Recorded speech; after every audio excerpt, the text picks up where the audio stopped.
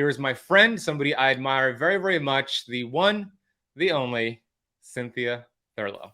Hey, Cynthia.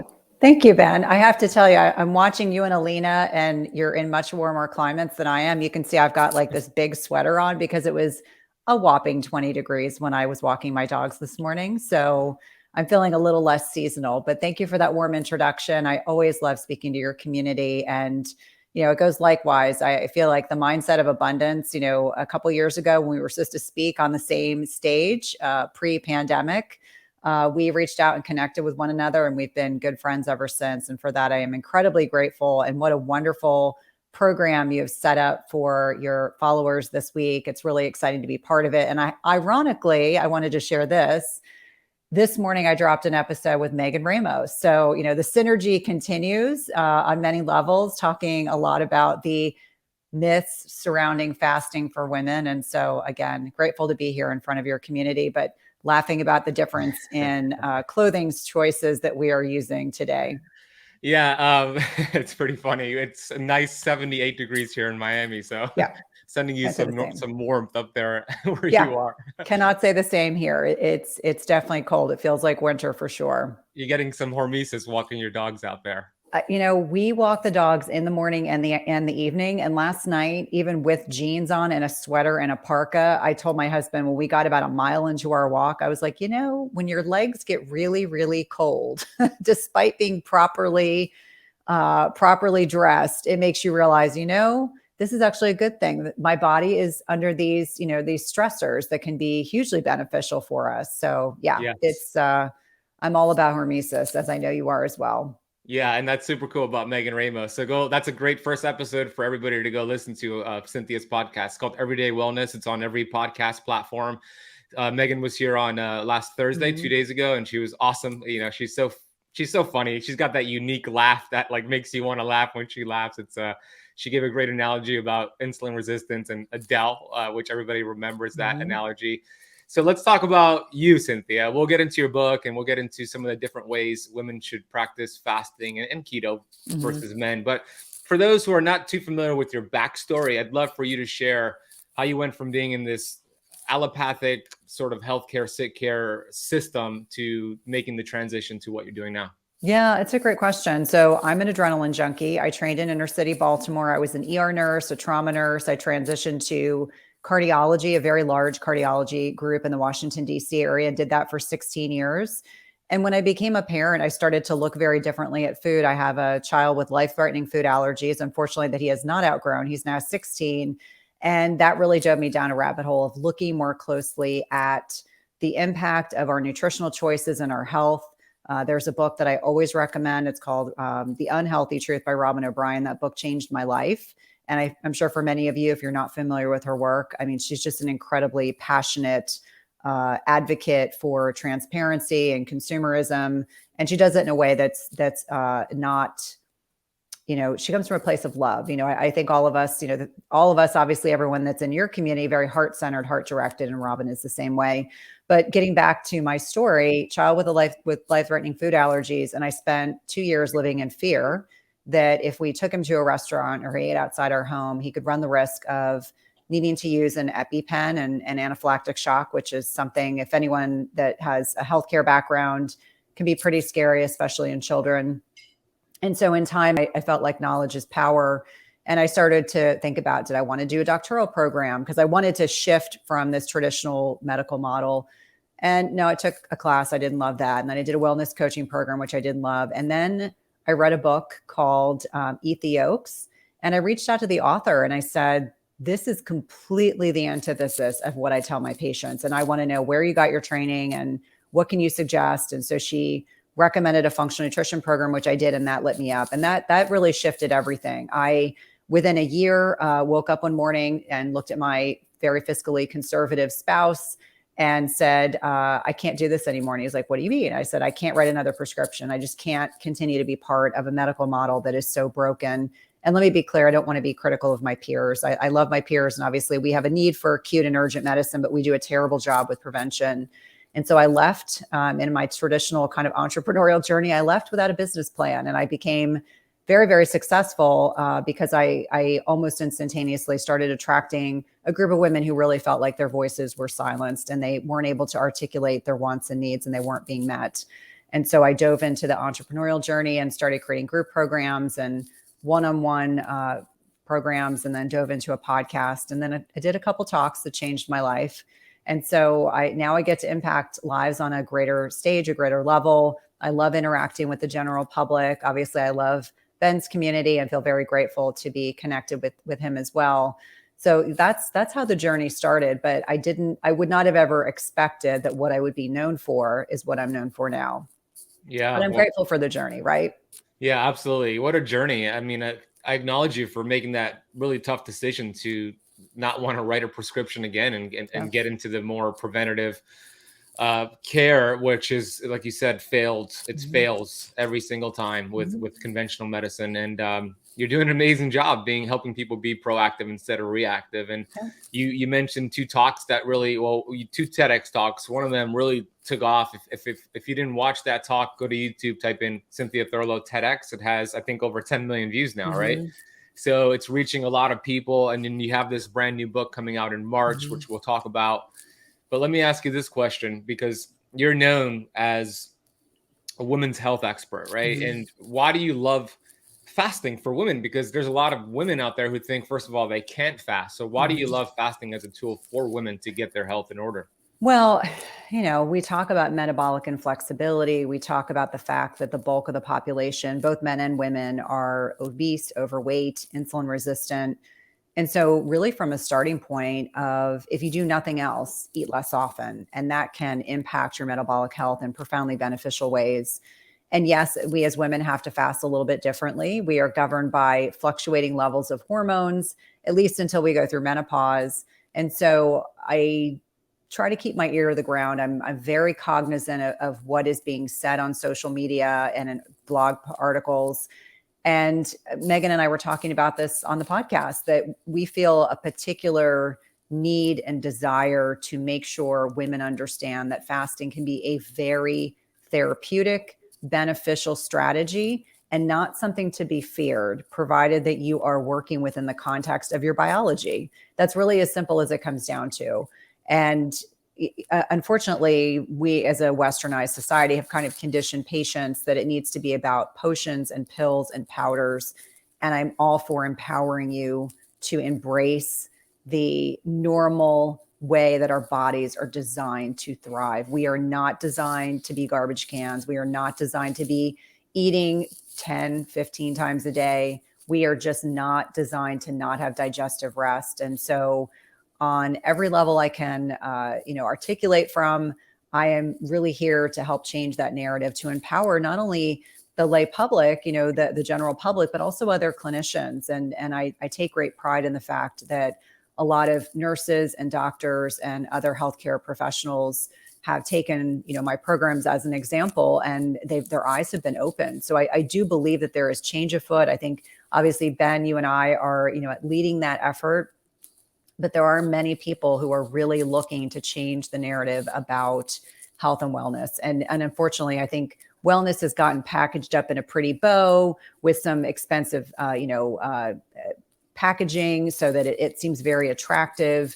And I always remind people, keep it simple. You don't have to spend $5,000 a year on supplements, although there are instances where supplements can be very beneficial. But I really want you to be able to be the driver of change in your own life and to not feel like you have to subscribe and save, for lack of a better way to put it, in order to be successful with lifestyle changes and lifestyle medicine. So true. And fasting is one of those tools that it's free and you actually save money because you don't spend money on food. You mentioned that women have different hormones than men. So I'd love for you to get into that. We'll talk first about cycling women and then what's the difference between cycling women's hormones and postmenopausal women hormones. What happens as you make that transition? Yeah, it's a really important question. And so what we're really talking about is the distinction of peak fertile years versus non-peak fertile years versus no longer menstruating. And I think women under the age of 35 can successfully fast. Obviously, if you're a lean young woman, then you want to be conservative with your fasting window because you just don't have a lot of extra stored fat to lose. With that being said, if the bulk of the population, and this includes cycling women, we know are prone to insulin resistance or have insulin resistance, eating less often really can be nicely aligned with your menstrual cycle. So I'll give you an example. We know the first 2 weeks of the menstrual cycle, which is the follicular phase, which is when estrogen predominates. This is when you can push your workouts. You could do CrossFit, you could do Orange Theory Fitness, you could do sprints, anything that's more high intensity. And along with that, you can push the fasting window because you have, estrogen is one of these kind of insulin sensitizing hormones. You have a little bit more energy on board. Then as you make the transition into the second half of your menstrual cycle, the luteal phase, and progesterone predominates. And I always like to think of progesterone as this laid back sister. It's the anti-anxiety hormone. It's the hormone that makes us a little bit more prone to insulin resistance. Important distinction. This is the time to do yoga, connect with nature, do less intense forms of exercise. And really the week preceding your menstrual cycle, no fasting. It doesn't mean you don't go 12 hours without eating. It just means this is not the time to do a 24-hour fast. This is not the time to do a 16 or 18-hour fast. That is the perfect recipe for dysregulating your hormones. So really, once you start bleeding, day one of your menstrual cycle, you can go back to your normal schedule. And it really is that easy. In fact, I am humbled about the fact that I now know more about the menstrual cycle now at this stage of life than I did when I was younger, because of my traditional allopathic medicine model training, which is really focused on disease states. Now, perimenopause is the 5 to 10 years preceding menopause. And if you're north of 35, you're there. You've got waxing and waning amounts of progesterone secreted by your ovaries. Ladies, we are born with a finite amount of eggs, unlike men that replenish their sperm every 3 days. And it explains why men can procreate from puberty all the way up till close to their end of their lifetime. Women are not the same way. We have a certain amount of years that we are fertile and can procreate without technology. And so as we have these waxing and waning levels of progesterone in early perimenopause, this is a time when people can sometimes experience trouble sleeping. They may have more anxiety. They may have affectionately referred to as the crime scene period, because we get this relative imbalance between estrogen and progesterone.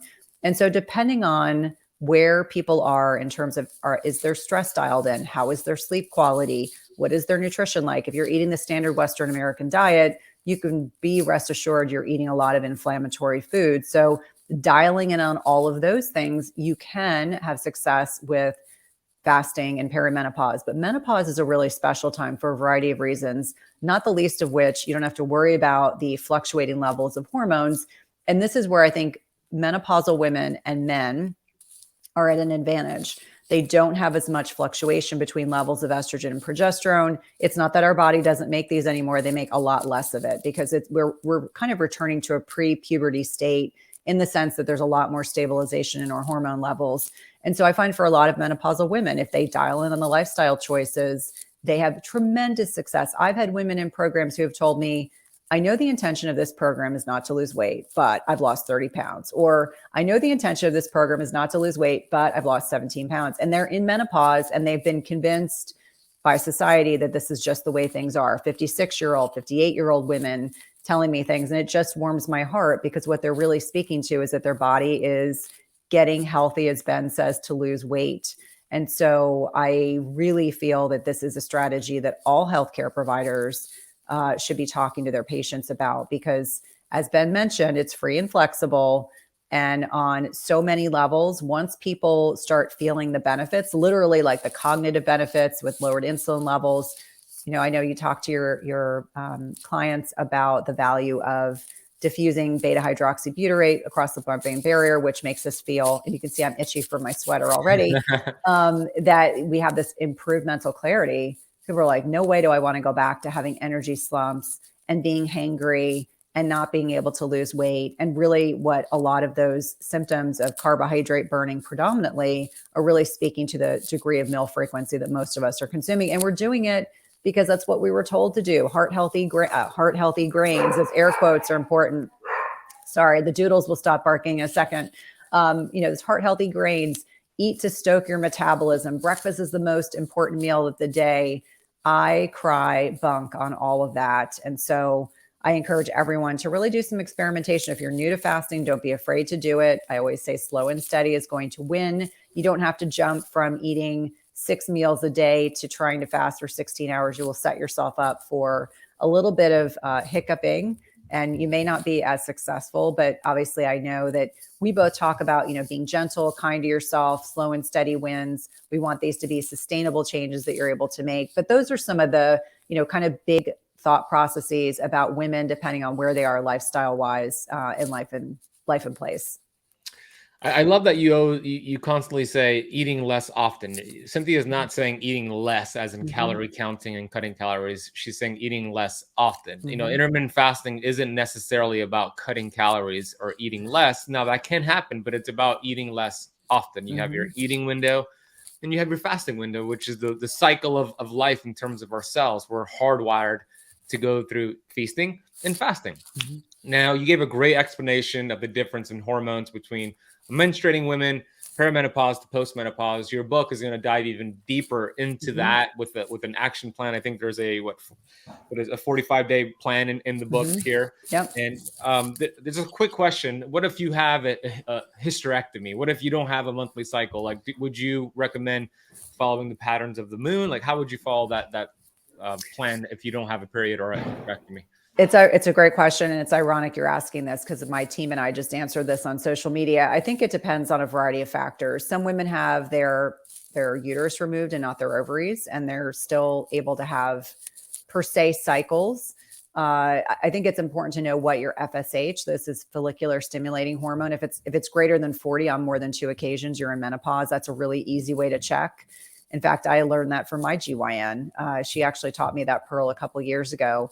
For women that have had an IUD placed, they've had an ablation, they may not get a typical menstrual cycle. So there are different ways to go about looking at this. Obviously, if you're 42, you're much less likely to be in menopause if you still have ovaries than someone who's 54. And the average age of menopause here in the United States is 51. So I think you have to look at a couple different factors to determine what could be going on. But get the labs done, be empowered, ask for them. If you don't have ovaries, you are much more likely, especially before the age of 45. If you've had a hysterectomy with a nephrectomy, that's removal of your ovaries, you are much more likely to go instantaneously into menopause. A lot of well-meaning people do not have that discussion with their patients. And women are told, like, they'll wake up in the hospital and say, I feel like I got run over by a truck.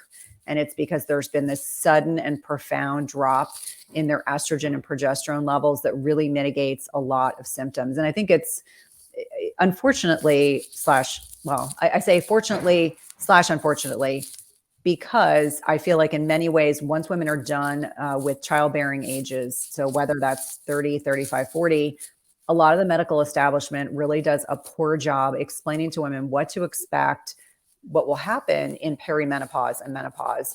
And I say this as a woman in middle age and as a woman who's experienced this myself, that if I wasn't aware of what was going to happen, you better be sure the average woman doesn't is either. So really making sure you're working with a provider that is able to support your needs, not accepting unacceptable behavior. I changed GYNs twice. I ultimately ended up with a midwife who was much more supportive of the direction I wanted to go in.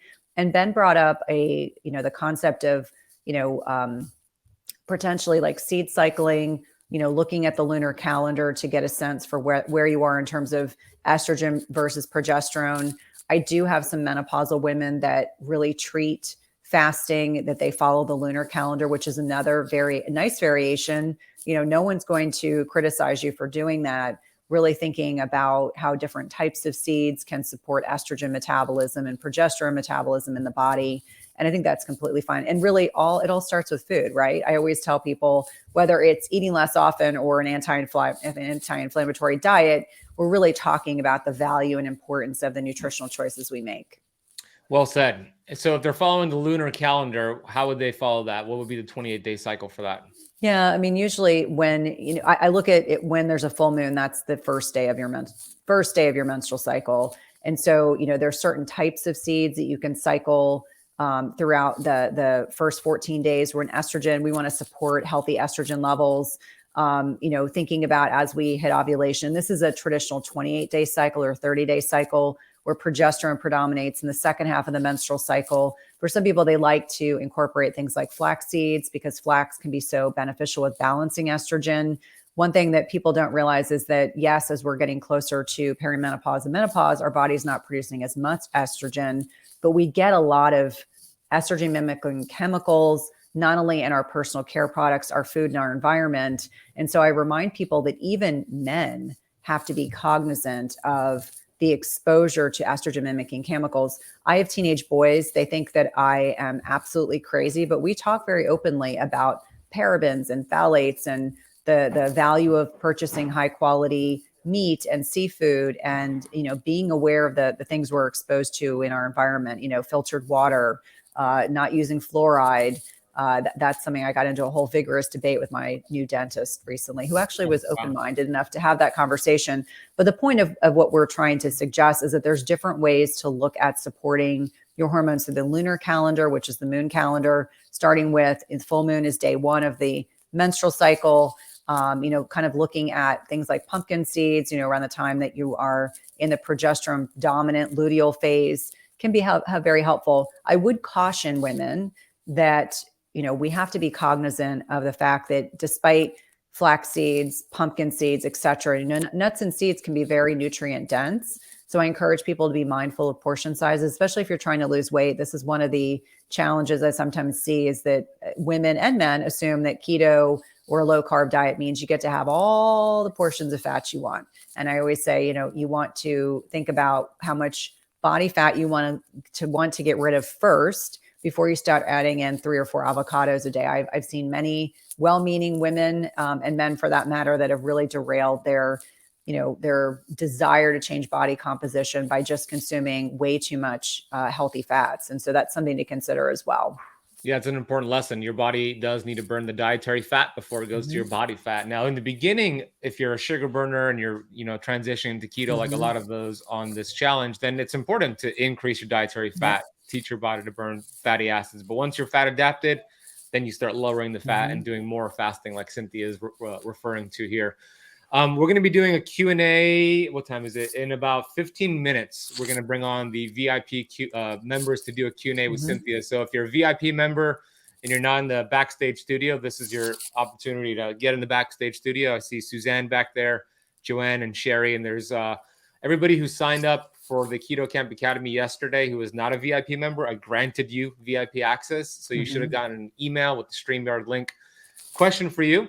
And as you start to answer the question, I'm just going to step out real quick to take my dog out of the room because he's making too much noise. Question for you is, what are maybe 3 of the top mistakes that both men and female make with fasting specifically? That's a great question. I would say number 1 is not getting enough sleep. I speak very openly about the fact that if you are not sleeping through the night, please do not add in fasting. Ben and I talk a lot about hormonic stressors.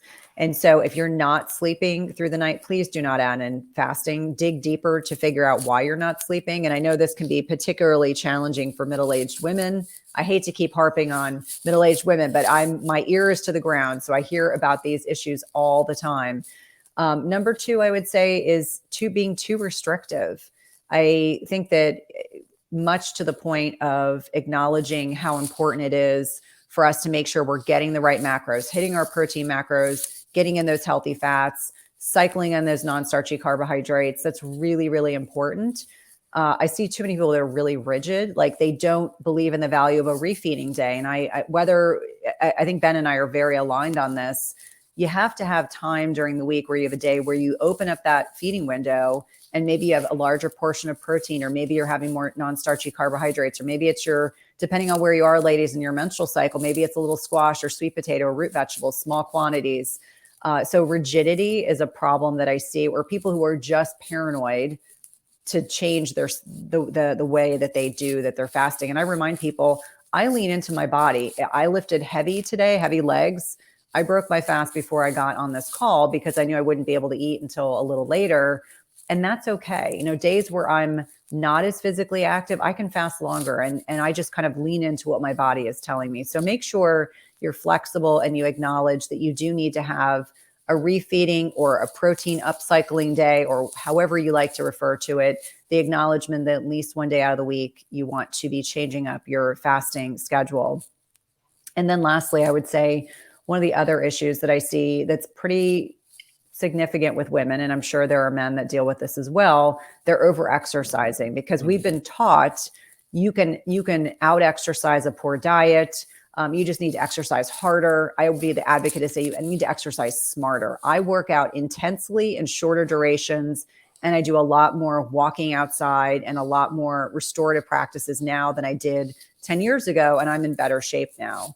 And so I think we've been conditioned to believe that we have to do Orange Theory Fitness or CrossFit 5 days a week. In fact, in my DMs, right before I got on the call with you all, there was a woman, sure enough, does CrossFit 5 days a week. She's 52. She's wondering why she can't get rid of the stubborn weight gain. And we have to really think about weight loss resistance as a hormonal imbalance issue. And so if your cortisol's up because you're stressed, you're doing really overly intense exercise that's not age appropriate. And I'll go out on a limb. I sometimes take heat for this. I'm not suggesting that you not lift weights. I'm not suggesting that you not be physically active. I am super active, as is my husband, and we're both middle-aged. But I encourage you to really spend time thinking about what serves you and what does not serve you. So the over-exercising piece is a huge problem in conjunction with fasting. And I find for some people, they're not eating enough food during their feeding window to replace the intensity of exercise. So again, I go back to the protein piece. I always say I'm carnivore-ish. I'm a low carb carnivore-ish person. But I hit my protein macros without question. And sometimes it means I'm like trying to figure out where I'm going to fit in some eggs or some jerky or some bone broth, because I've got to hit those macros towards the end of the day. So really just being cognizant of the fact that it's important to not overdo it. Hey, question for you. Do you need help starting and achieving amazing results with the ketogenic diet? If your answer is no, just simply skip this video.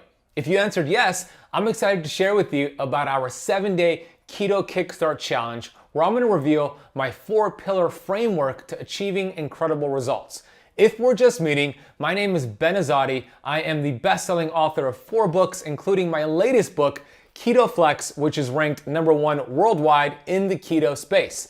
During this 7-day challenge, which is completely free, I'm going to also bring in thought leaders in the keto and fasting space to interview them and teach you the blueprint to the great land of ketosis. If you're anything like me, you are frustrated and confused with all the information out there in the keto space. When we talk about how to do the ketogenic diet as a beginner, hitting a plateau on the ketogenic diet, can you pair fasting with keto? What are the best foods for keto? Clean keto versus dirty keto? We're going to reveal all that for you, only for the participants in this free 7-day Keto Kickstart Challenge. We've used this framework to help thousands of people achieve extraordinary results on their health journey. The human body is incredible, and as long as you do a few things, it will heal. Whether you're dealing with fatigue, weight loss resistance, sleep issues, insulin resistance, diabetes, or any underlying condition, the overall goal here is to reduce inflammation at the cellular level. And you could do that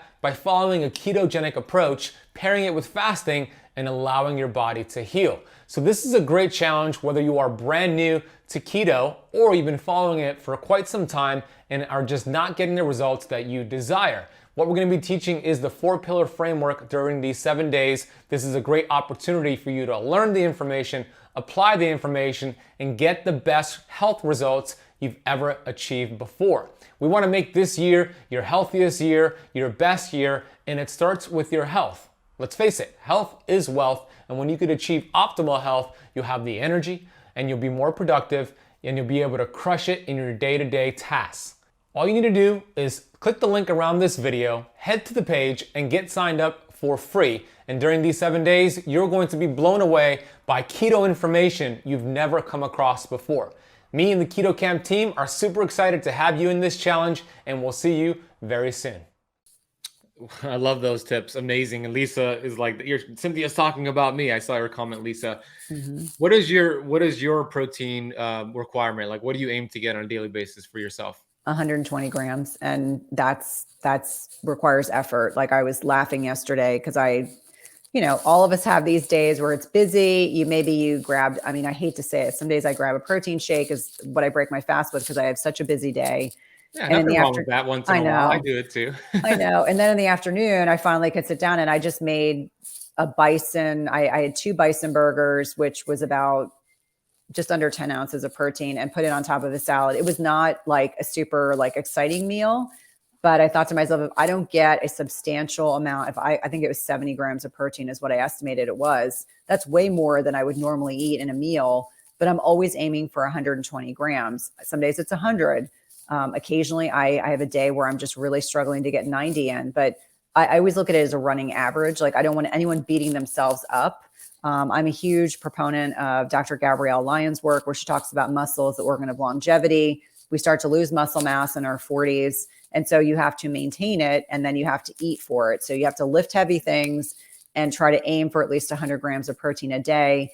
And Ben, I don't know if this has been the case with your clients, but I do find most women grossly undereat protein. They're still afraid to eat protein. And I tell them, listen, you eat enough protein, you are not going to have any desire to eat anything else. You're going to be full, satiated, and comfortably so. Unlike if you're just sitting down eating a plate of pasta, you're just never going to fill up and you're just going to continue eating the pasta. So for me personally, 120 grams is what I aim for. I weigh about 120 pounds. And so that's kind of my happy set point for me, but that could look very different for everyone. And if anyone's listening to this and thinking, oh my God, I probably get 60 grams a day, don't freak out. Just aim to have 10 grams more. Next time you sit down and plate a meal, make sure you are aiming for more. Maybe it's instead of 4 ounces of protein, you're having 6. Instead of 6, you're having 8.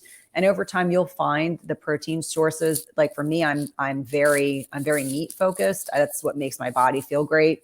Me too. I could sit down and eat a big steak, no problem. I would much prefer that over chicken. I do like fish, but I worry about a lot of the contaminants. But beef, bison, we even have had some exotic meats this past year: elk, ostrich, wild boar. It's really been interesting to try some new things. And I would say some are winners and some are not. Obviously, elk's a little elky, but yeah, that's usually kind of the methodology I use. Is I'm just always aiming for more, and that's what I encourage my clients to do as well. Just to don't start off thinking, oh my God, how am I getting 170 grams of protein in? There's just no way that's going to happen. Let's start with more with each meal so that you'll get closer to there day by day. Yeah, I agree. Protein is so important. To your point, protein is going to help you feel full and satiated. So if you're struggling with carbohydrate cravings, sugar cravings, you just feel like you're not satisfied, chances are you're not eating enough protein. So bump up the protein. Of course, animal-based protein is going to be much better than plant-based protein. It is complete. And protein activates cholecystokinin, leptin, peptide, YY. These are just chemicals and hormones that tell your brain you're done, put down the fork. The perfect example that I like to give is if you're at a restaurant and you order a 16-ounce ribeye. I was at actually an Argentinian restaurant last night and I got a big ribeye. That ribeye is going to really fill you up. It has a lot of protein. And let's say they bring you another piece of ribeye right after that. There's no way I could eat that. I'm so full. But if they bring you some dessert, oh, sure, I could eat the dessert. I could drink some soda because the soda, the dessert, the carbs are not activating the same satiety hormones. So you could overdo it with that. Protein, it's very difficult to overdo it with. 2 quick questions before we get into Q&A. One, why do you love getting in ketosis? Why do you love the process of ketosis so much for women and for men? Well, I mean, on a personal level, I love the ability to have sustained energy and mental clarity. Those are probably my 2 big things. When I'm working with women in particular, and obviously this also is very aligned for men as well, the beauty of it's like this switch goes on and they realize oh my gosh, I have so much more control than I thought I did. Meaning all those years of the mini meals and the snacking and, feeling hangry and really struggling with energy and energy slumps after meals and weight loss resistance, all of a sudden they're like, I feel so much better. I don't ever need to go back to that. So I think it's the empowerment that people really feel that they have a sustainable opportunity to be able to harness their health. And we didn't even, touch on any of the longevity benefits and all the nerdy science behind fasting. It's not just us, doing an N of 1 and N of 2. It's hundreds and hundreds of research articles and thousands of, animal models and humans. And let me be clear, there's not enough research done on women. It's generally done on obese menopausal women, which is a whole separate issue. But I think on so many levels, that's what I love, is the potentiated energy to be able to get through exercise without even thinking about having to eat around my exercise unless I choose to. And the comfort in knowing, like, when I go to bed, I don't have blood sugar drops. I wear a continuous glucose monitor, so I know what my blood sugar is doing 24/7. And the realization that most, if not all of us, are, if we're not insulin resistant, we have a degree of blood sugar dysregulation, which is a direct reflection to our lifestyle. And so when those aha moments happen, when people realize they don't have to live their lives like that, that to me is one of the most gratifying and best things I could feel. It's probably similar to when I would, be in an ICU or an ER, and you would have a really sick patient, you'd get them stabilized enough to go to surgery or to go somewhere else. It's as gratifying to me as those experiences were, but even more so because this is something you can then do for the rest of your life. And that to me is so amazing. I mean, harnessing the way that our bodies are intrinsically designed to thrive, to me, it's so gratifying when people are able to make those connections for themselves, not just you and I telling them that, but when they actually feel the difference. Well said. I feel the difference when I'm in ketosis. I don't even have to test. I just know by the way I feel, to your point. Now, final question before we do Q&A is, why should everybody go purchase or pre-order your book coming out in March? What would they expect to learn from reading this awesome book? Yeah, well, first and foremost, there's no other book out there on the market that's like this. This is a program that I designed 3 years ago that I have fine-tuned, perfected, and now I'm able to impact lives on a more substantial level. So why should people read the book?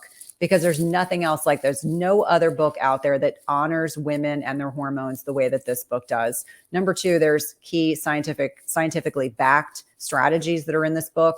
It's been endorsed by the greats in the fasting space. I mean, I get goosebumps just thinking about it. Jason Fung, Dr. Ben Bickman, Dr. Kate Shanahan, I think the list goes on and on. Rob Wolf. I am so incredibly humbled by the people that have endorsed this book because they believe in the value of it. They believe in the messaging.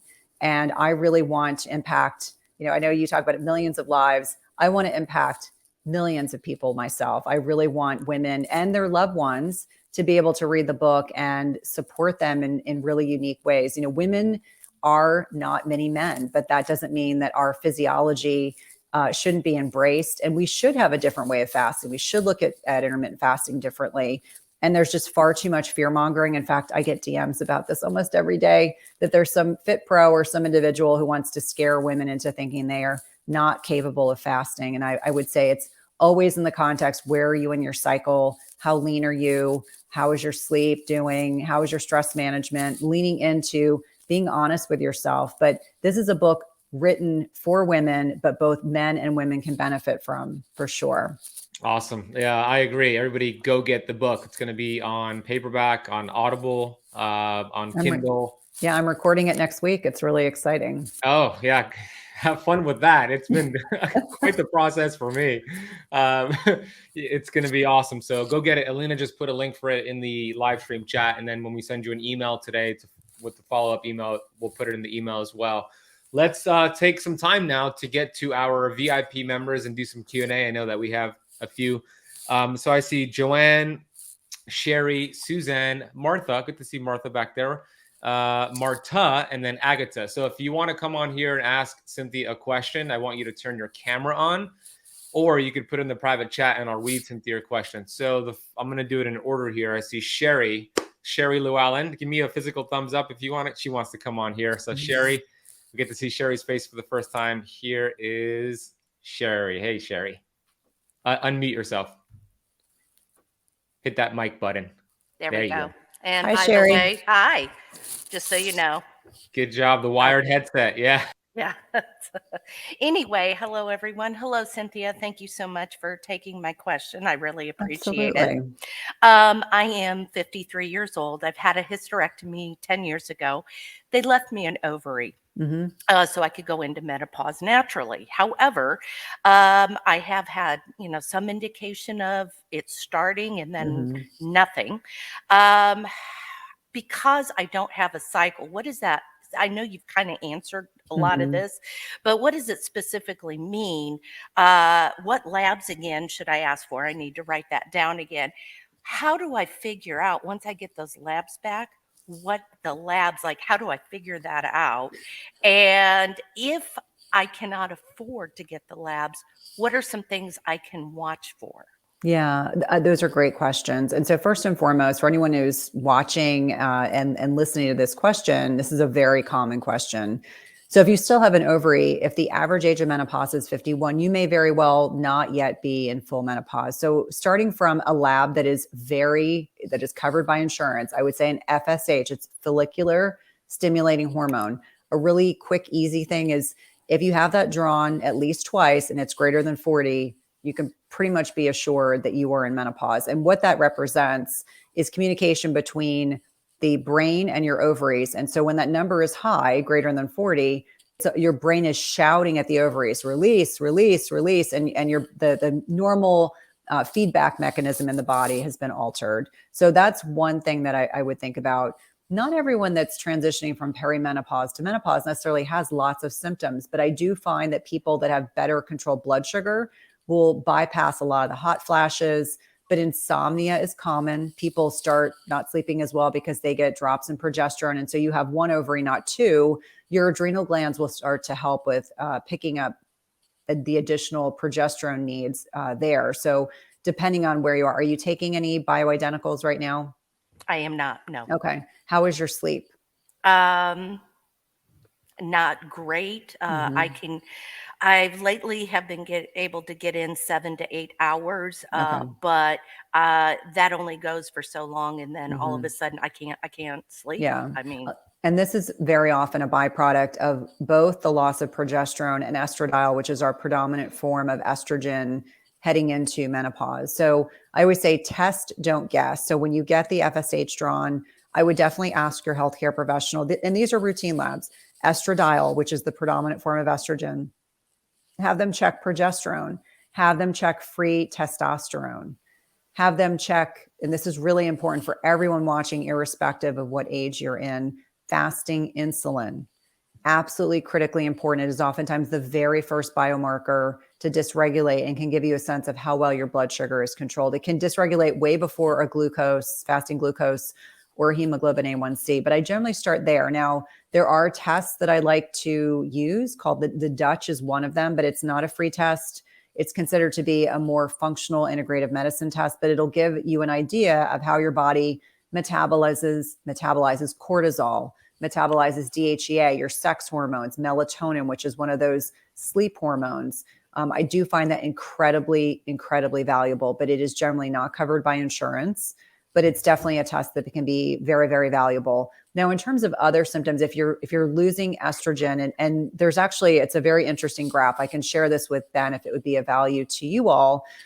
There's actually a graph of like, what are the progressive changes that occur in perimenopause, the 5 to 10 years preceding menopause. And so initially it's this reduction in progesterone and you get this relative estrogen dominance. But as you get closer and closer to menopause, you're losing estrogen. And this is when people will have the vasomotor symptoms. They can have hot flashes. They have sleep issues. They can have vaginal, I know, super sexy topic, but the loss of estrogen impacts the pH of the vagina, the vaginal microbiome, can then impact, for a lot of people, they can start having chronic urinary tract infections. They can have painful sex. They may have a lack of lubrication. There can be a lot of vaginal symptoms. One other thing to really think about is that we know heading into menopause, women are at a reduced risk for cognitive issues, Alzheimer's, et cetera. But if you start having brain fog, trouble remembering, heightened levels of anxiety or depression, if you're told that you're osteoporotic, that can definitely be a sign that you have this loss of estrogen, because we build, and this is something I didn't know, so I always like to say, know better, do better. Our peak bone and muscle mass as women is in our 20s and 30s. So by the time we get to 40, we are accelerating this muscle and bone loss. And so unless you have a baseline DEXA scan, again, this is a test covered by insurance. It's not a weird test, not invasive, but it's looking at bone health.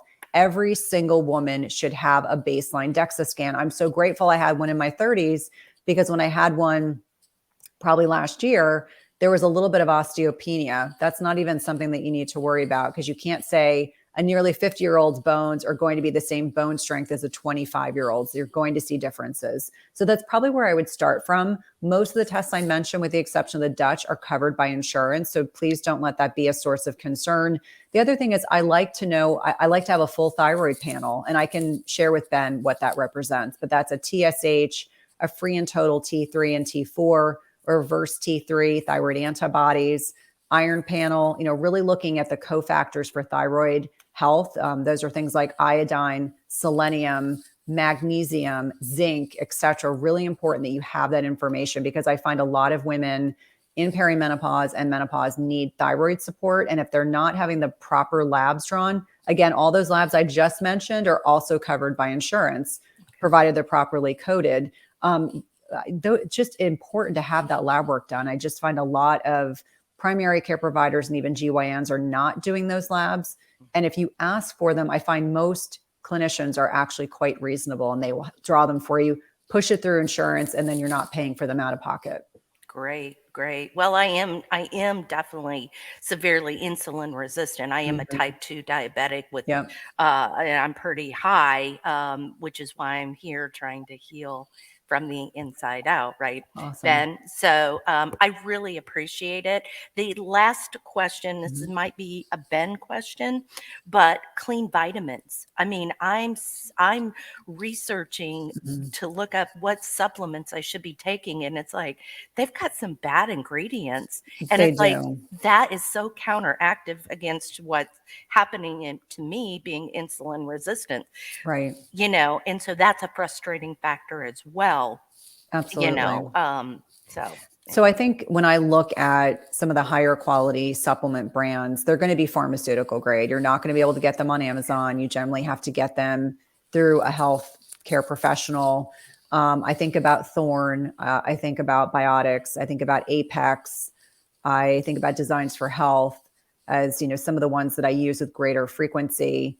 There are certainly, when people, especially middle-aged women, when they're struggling with sleep, there's definitely things I lean into. But one thing that you can do for yourself is that the better supplement companies, they'll say contains no gluten, no soy, no dairy, no grain. I mean, it'll say on the label, or it'll give you information online if you're looking at the quality of the supplements. But pharmaceutical grade supplements, and pharmaceutical grade means that they're made in conditions that you don't get in the average pharmaceutical company. And it's the same level that they use when they're making prescription medications. That's the distinction. And oftentimes you'll pay a little bit more, but I'll give you an example. So magnesium, almost irrespective of gender, everyone needs more magnesium. Our soils are depleted. I don't care if you eat all organic. We just don't get enough magnesium, and we lose a lot of it with stress. And if we're struggling with sleep, this is another thing. So if you can't poop, there's a type of magnesium that I recommend, usually magnesium glycinate or magnesium citrate. But for overall brain benefits, sleep quality, magnesium L-threonate is a really good example. And you take that before bed. And what it does is it helps cross the blood-brain barrier. So really thinking strategically, I tell people for magnesium to be properly regulated, we need to take it in oral form and also transdermal, which means through our skin. Remember, everyone probably remembers I have a cardiology background. I got very savvy with electrolytes. And so I recommend that people use transdermal magnesium and quality products like Ancient Minerals. You can find that on Amazon, but they have a spray and a lotion, and you can absorb that through the skin. So using those two together, this is where like the savvy synergy on supplements. Ben, you and I should probably do a masterclass on supplements alone, but getting absorbable magnesium through our bodies in addition to oral magnesium can be helpful. And that is not a gender specific. That is both men and women can benefit from higher maintained levels of magnesium. And if you're going to your doctor, your healthcare provider, you want to ask for a red blood cell magnesium, RBC. That is a better indicator of intracellular magnesium stores, far better than a regular serum magnesium. And you're going to get better results if you can maintain that level properly. Wow. Thank you so much. You're welcome. Thank you, Sherry. Amazing questions. Good to see you. It was an awesome answer, very detailed answer. Regarding a couple things, supplements. I partnered with Revelation Health, who does everything on there. We have vetted all the ingredients, all the companies. A lot of the ones that Cynthia mentioned are on there. So Dr. Pompa as well put his eyeballs on all the ingredients. So if you all want to see the supplements that I recommend and use, you could only find clean supplements. It's on KetoCampSupplements.com. And then for those of you who are in the Keto Camp Academy, like Sherry is and a few others, we did a couple of master classes. We did one with Dr. Rebecca Warren, who Cynthia knows, and she gave the thyroid markers with the optimal ranges. So if you want to find that, just log into your academy, search Dr. Rebecca Warren. And for the Dutch test, amazing test that unfortunately is not usually covered by insurance. So we did partner with a doctor, Dr. Niles Peterson, to kind of bridge the gap in getting that at an affordable price with the consultation. So if you search the academy with Dr. Niles Peterson or Dutch test, you could find that and learn more about that for the academy members. Next, we have Suzanne. Speaking of Orange Theory, you mentioned it earlier. She's an Orange Theory star. Suzanne, you ready to come on here and ask Cynthia a question? Okay, here is Suzanne. Hi, how you doing, Cynthia? Hi, Suzanne. Nice to meet you. Nice to meet you in person. I'm a huge fan. I think talking to you today is better than meeting any personality on television or any movie star. Thank you. No, you just made my day. Thank you. Like, this is the best thing that's happened to me. I've been following you for quite some time. I follow your podcasts and listen to all the guests that you have on. And I've learned so much over, probably the last year, I would say, like not having toothpaste with glycerin. I know you had Trina Felber on, and I've changed my whole routine with that. I've just changed so many things in my life just from listening to your recommendations and your guests too. So I thank you for that. But one question I did have, I'm generally a healthy person. I don't have too many issues, I don't think. I'm not on any medication or anything. I'm generally in shape. I'm like 5'3". I weigh like 127, and I typically can't move like lower than that. So I did start doing some prolonged fasting this past week, and I think on Wednesday I did it, and then I actually fasted again today. So I haven't eaten yet. So it's been about 24 hours. And now I'm like 125, which is great. So I moved the needle a little bit. But one of my biggest problems is cellulite. So although I'm not too overweight, and I wear a size 4, I always wear a size small. I'm not an overweight person, but I've for 35 years had cellulite, and it just drives me crazy. Now I know I'm getting older, and it's not going to get easier as I get older. But will prolonged fasting help reduce cellulite? Because I do intermittent fasting now all the time. I always skip breakfast. I basically keto flex. I'll eat 2 meals a day. I'm eating clean. I follow all the right rules, and I still have cellulite. But will the prolonged fasting make a difference? That's a good question. And I love that you're already taking such beautiful care of yourself. I think that's half the battle. What I find is a bigger issue with cellulite is actually fat malabsorption. So when a woman tells me she's noticing more cellulite, more than what she had when she was younger, or is just feeling like it's a stubborn issue, I start to think about connective tissue issues. Like, do you have adhesions? So there are products like I have something called Nimble, Nimbl, and that can break up some of that connective tissue, the fascia. So fascia overlays your muscle. And if there's connective tissue, if it's starting to get kind of adhered and stuck together, almost like a plastic bag, it gets stuck together, that can be problematic. But more often than not, what I find is it's fat malabsorption. And it's not at all uncommon for women to not properly break down your fats. Without getting too graphic, sometimes people will say they notice that their fat kind of their stool kind of looks kind of greasy, or it doesn't drop to the bottom. It kind of stays at the surface. But one of the best ways to kind of further investigate that is to look at stool testing, like the GI map, which is DNA based. The other thing to think about is, do you need things to support your body when you're consuming fat? Like I take ox blood or bile salts, even though I have a healthy gallbladder. And what that can do is can help to break down and emulsify fats, make it easier for your body to process it.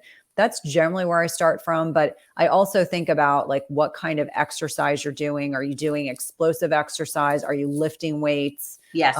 Really, those are really, really important. But it is more common as we get closer to menopause that we are replacing some of our muscle with fat. If you look at, like Ben was talking about, a ribeye steak has a lot of marbling, a lot of fat in it. It makes it delicious.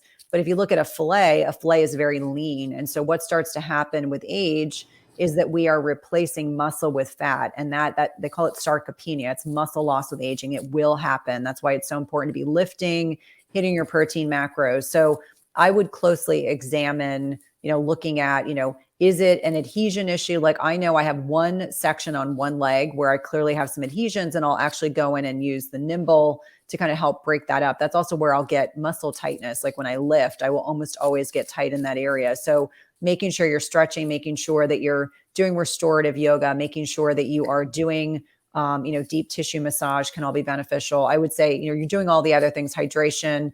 And then last thing I would think about is doing diagnostic testing. If you've tried ox blood and bile salts and you're still feeling like you're still seeing the appearance of cellulite. Now, obviously I have colleagues and friends that will talk about things like, I think it's called smart tone. It's actually like radio frequency that can change the look of your skin.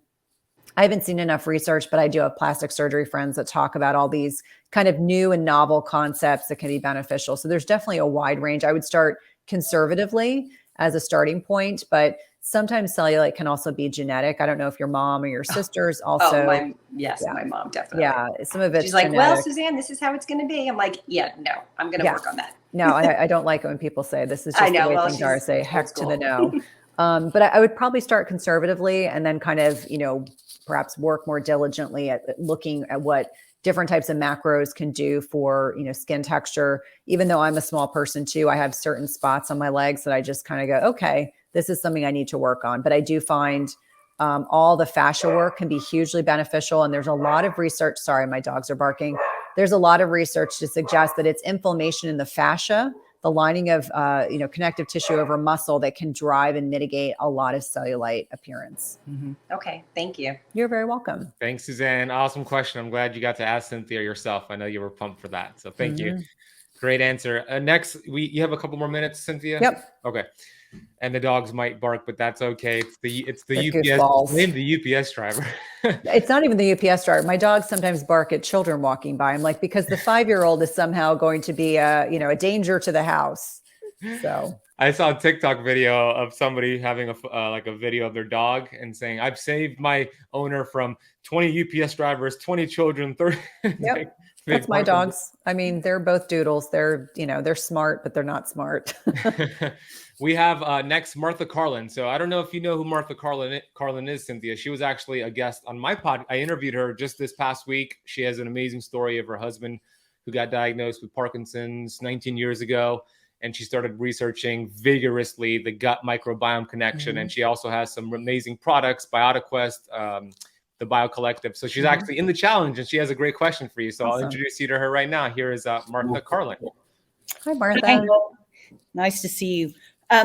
So my question is related to a dry fast that I just completed. So I'm about 8 days out from a 4-day dry fast that was based on August Dunning. I don't know if you're familiar with his book. He works with the astronauts at Caltech. I felt great while I was doing the fast. I feel great now. But I'm also about 4 weeks out from recovering from COVID. And at night, I'm having this wave pattern of dropping oxygen. And so I was trying to figure out if the fast might have anything to do with that, or if that's probably a post-COVID thing. My first thought is it's probably a post-COVID thing. Do you have pulse oximetry at home? Do you have a little finger? Yeah. So how low are you going? So last night I was going from 95 down to 84, and then just pausing there for a second and coming right back up to, 94, 95. And it was going in a wave. Interesting. So have you ever had a sleep study? No. That might be the direction I might head next. And the nice thing now is there are home sleep studies. I actually did one last year, so I feel confident in saying they're not as onerous as having to go to a polysonography lab. But if that persists, I would definitely discuss that. I don't know if you have an integrative medicine provider that you see, just to let them know, but you're not feeling poorly during the day. It sounds like you feel good. And you would assume that the dry fasting, upregulation in autophagy would be clearing out these diseased and disordered cells. So I would say I would watch it. And then if it persists, I would definitely discuss, is there value in doing a home-based polysomnography test? And now they're so convenient. I mean, it's not like the years ago when I had to send people to a lab and they were miserable and hated me while they did it. Right. But just to kind of see, are you having periods of apnea associated with the desaturation? Okay. And then I lost about 10 pounds from COVID. And then when I did the dry fast, I lost another 8 pounds. So I thought, maybe that could be part of it. And then the guidance for, going back into eating after this fasting was a pretty limited food set for another 5 days. And so I'm just starting to move back into protein and just sort of wondering if you have any thoughts about like, how much protein to gradually, move back into after such an extreme fast. That's a good question. I don't have a lot of experience with dry fasting, supervised dry fast with my patient population, but I would say probably low and slow. I would probably start with lighter proteins, bone broth, I would say fish, poultry, before you gravitate towards heavier, more fat, nutrient dense. Like Ben's ribeye would probably not be on the table right now. I would say light white fish, bland white fish, bone broth, poultry is probably the direction I would go, and starting with smaller portions so that, your body is, I always feel like anytime you do prolonged fast, the longer the fast, the lighter the meal. And so sometimes people even really just start with salads because their body's just not ready for something that's heavier. So I would experiment a little bit and to see how you feel. And then obviously I'm sure you're doing a lot of hydration and electrolytes, because that's usually my greatest concern, coming out of a longer fast. It's just making sure that you're properly hydrated, which can mitigate a lot of other symptoms. Great. Thank you so much. Yeah. You're welcome. So nice to meet you. Thank you, Martha. Before you sign off, on my YouTube channel, Martha, I actually have a video. It's a 2-day structure for how to break a block fast, and it gives you the exact calories based off of your body weight, which foods to eat, stay away from. So if you go on YouTube and just type in Keto Kamp, how to break a block fast, there's a 2-day structure on how to do that. Great. So thanks, Martha. Good seeing you. Thank you. Good to see you. Next question we have from Joanne. Joanne, are you ready to come on here and ask the amazing Cynthia question? She is. Okay, so here is Joanne Chance. Hi, Joanne. Oh, unmute yourself, Joanne. Hit the mic button. I was talking and nobody was listening. Good question, good reason. I have a little bit more. I want a little bit more explanation, because you talked about when you have a sleepless night, not to fast the next day. I don't have sleep apnea. I have been through the testing and everything. So, but sometimes I will be 61 in 5 days. Okay. Happy birthday. And I know I've been postmenopausal for quite a few years. So, but that's when my sleep issues have started after that period of time. So I was kind of wondering if, like last night I had a great night's sleep, so I am fasting today. It's the easy peasy to me. But yesterday, my neighbors had a party, so I didn't sleep well at all. But I still did the intermittent fasting till noon. Why? What is the chemical changes that if you don't get sleep that you shouldn't fast like that? Those are great questions. And it's not at all uncommon for women in perimenopause and menopause to have less REM sleep, less deep sleep. And so when you don't have a good night's sleep, we know that it impacts your blood sugar regulation, impacts insulin and cortisol in levels that oftentimes people aren't able to make good food choices. This is not to suggest you may not be an exception to this, but poor quality sleep is a non-beneficial hormetic stress. So we look at the things that are beneficial stressors, like fasting in the right amount at the right time, exposure to, cryotherapy or cold exposure, high intensity interval training. These are just examples, infrared sauna, et cetera. It's like at the right time, the right amount of hormetic stress can be hugely impactful. Now, your question is, why should I not fast on days I don't sleep well? I think this is really important for people to understand that as we are, north of 40, we have less melatonin. Melatonin is not just a hormone that tells our body to go to bed. It is also a master antioxidant. We know that you miss out on opportunities to get spikes in human growth hormone. We know that it can dysregulate cortisol, which can make it harder to lose weight. It can also impact your blood sugar, which impacts fasting insulin. And so if you wake up exhausted after not having a good night of sleep, I would not push your body harder.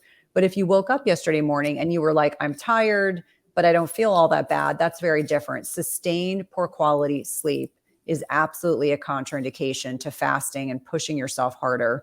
But if it's the minority of days during the course of the month that you have poor quality sleep, that is very different than when people say to me, I haven't slept. Like I did a discovery call this morning for a program I'm onboarding right now.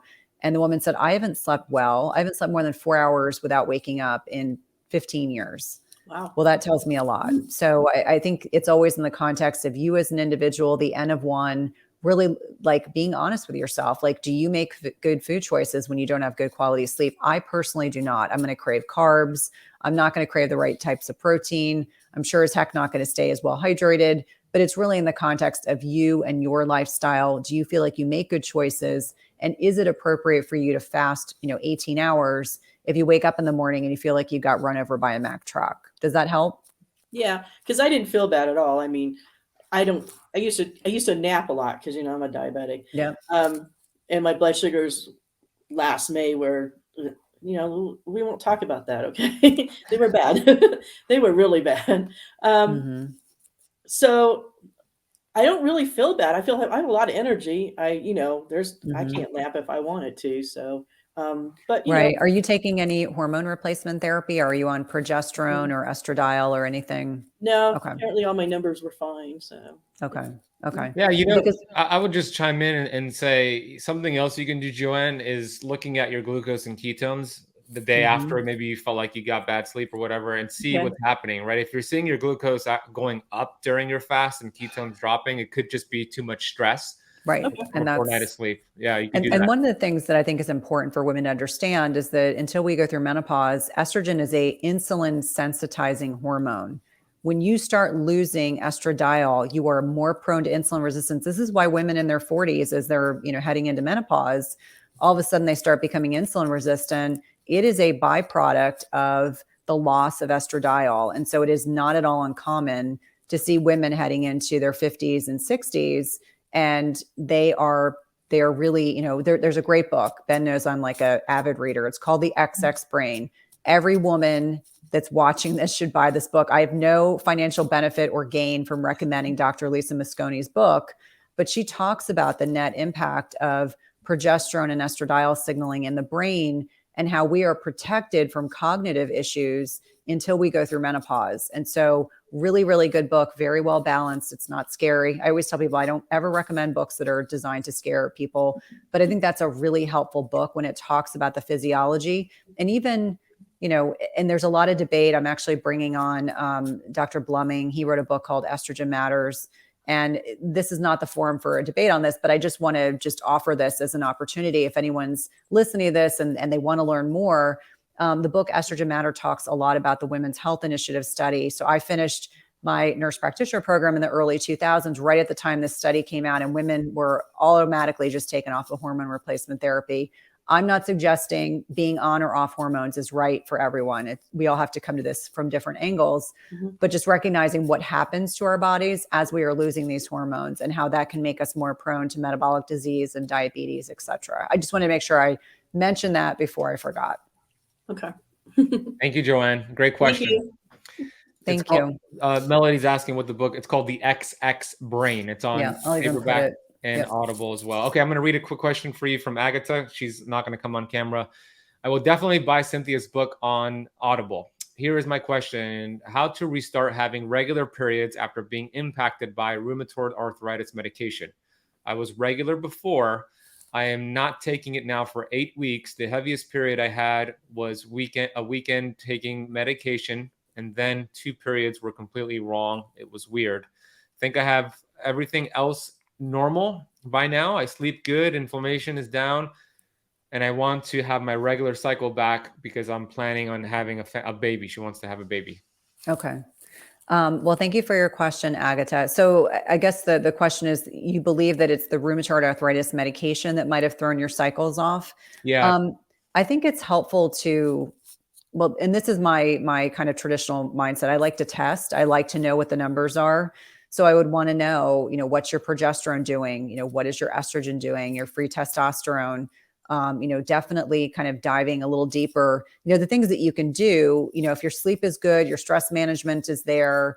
I could also, make the argument that you may want to do some seed cycling. And I have a whole blog post that I can share with Ben if that would be of benefit to you. Yeah. Really looking at seed cycling. These are gentle things that you can do for your body. But I also think if you are not pregnant and you're missing multiple cycles, I would want to make sure, do you need some, bioidentical hormones, or do you need to know what your numbers are so you can better support your body? Because the question I start thinking is there too much stress on the body? Is it fasting combined with diet that your body is just saying time out? Because our bodies, when we're at peak fertility years, are very, very sensitive to nutrients.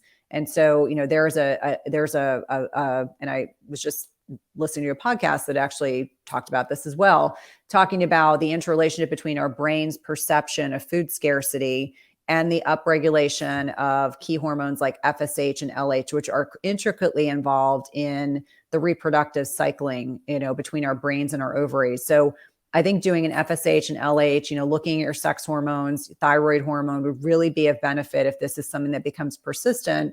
But you could certainly consider doing seed cycling. That's a very benign thing, but you may be at a point where you need to have your labs checked. I think that's the starting point, because then if everything looks okay, then you can kind of work backwards. But the other thing to consider is there too much stress on your body? Because our bodies are intricately sensitive to the perception of additional stressors. And it may be that either fasting or the intensity of your workouts, et cetera, may be too much for your body at this point in time. That doesn't mean that it might not be appropriate later. But that's my guess, just based on what I know from what you shared. Yeah, great answer. The last question here, it's also from Agatha. She wants to know your thoughts on progesterone cream. She uses it for headaches and neck tension caused by too much adrenaline. Is that something that could impact her cycle? It shouldn't impact it in a negative way. Transdermal, because I'm familiar with Dr. Platt's work, transdermal or skin absorbed progesterone is really just very supportive. I've come to find out, I haven't heard any reports of any of my patients that are using transdermal therapies that they're, yes. I use it myself from time to time. Yeah. No, I occasionally use it before I go to bed, if I remember, which is not all that often. But, in terms of supporting your body, the question is, where do we need the support? So that's where I think lab testing, that's the labs that I mentioned, I think could be very beneficial. But progesterone, because most of us have luteal phase defects, not enough progesterone in the second half of our menstrual cycle, providing, additional progesterone shouldn't be an issue. Progesterone is so benign that it's an over-the-counter kind of thing. You need to have estrogen and testosterone as a controlled substance. Progesterone's pretty benign. That's why it's over the counter. So if I felt that it was, potentially at risk causing you to lose your menstrual cycle, I think there's something else that's probably at issue. And it could very well be that your body's just under too much stress, whether it's the rheumatoid arthritis medications combined with a flare, et cetera. There's may be a little bit too much for your body. And I would definitely discuss with your prescribing provider. Thank you, Cynthia. Could you share a little bit about where they could go find you, your social, your website, et cetera? Absolutely. So www.cynthiathurlow.com. You can find my Everyday Wellness podcast, where I've had the benefit of having been on multiple times, as well as a lot of other guests that have been on this week. That's a good place to find me. You can find me on iTunes, Spotify, etc. I am active on social media. I will eventually up my YouTube game. I'm just trying to catch up with Ben. Instagram, Twitter. I'm a little snarky on Twitter, be forewarned. I have a private free Facebook group called Intermittent Fasting Lifestyle / my name. Obviously, the book you can find on Target, Barnes & Noble, Amazon, as well as other local booksellers. And I will make an offer. I have not done this. I've not even discussed this with Ben. But if 100 people purchase a pre-sale book, I will do a special Keto Kamp call specific to women and fasting. So I will just put that out there. I will do a special offer that will occur. I will make sure my team is on board with this, but if that is of interest, I will just put that offer out there where you can, pick my brain for an hour, and I'll just do that as a thank you, because I love Ben's community. And I think you're such an amazing group of humans. And I'm so excited that you are connected with Ben and doing great work for your health and wellness. Oh, that's awesome. I didn't know you were doing that. So what would they do, Cynthia? Would they take a screenshot of the purchase and then email it to you? Yeah. So what I would recommend you do, and then we'll just make sure we'll verify with your team that they're in your group. So info@cynthiathurlow.com is my direct admin. You can just, say Keto Kamp, bonus call, and we will just start tracking numbers so that we can keep everyone nicely organized. My admin at that email address is Laurie, Laurie. And you can just say, Cynthia said during the call, she's going to do a bonus call. If enough of us go ahead and do the pre-sale. And I do that just really as a thank you. I love connecting. I love kind of unstructured Q&As. I think it's a great way to get a sense for what type of content women are looking for, and men for that matter, ways to support their loved ones. Oh, that's awesome. So take a screenshot if you're buying it on Amazon or wherever you're buying it from, and then just email that to info@cynthiathurlow.com. And what we'll also do, there are a bunch of pre-sale bonuses. They're just going live next week. You'll be eligible for those as well. It's like, Ben, I'm sure you understand this being an author yourself. It's like all of a sudden your publisher wants you to do something different. And you're like, okay, the whole team has to focus on this area. So we're trying to get those up. We've got the website up, but we'll have we're kind of dropping bonuses throughout this month and next month, valuable bonuses. I think sometimes authors give you bonuses that aren't particularly valuable, but bogus bonuses. Yes, they're bogus bonuses. We definitely are not doing that. They're things that I think will be of value to readers and to listeners, things that can help make your life a little easier. Oh, that's awesome, Cynthia. Thank you for doing that. Everybody go take action with that. It's going to be cool to get Cynthia on a Zoom call. Cynthia, thank you for how you show up in this world. And I'm always grateful for our collaborations. You're going to change many lives with your book, and we're going to share some stages together in 2022. So thank you for spending part of your Saturday with us. You could feel free to sign off, and we're going to continue the live stream here. Thank you, everyone. Ben, it's always a pleasure to connect. Thank you, Cynthia. Talk to you soon.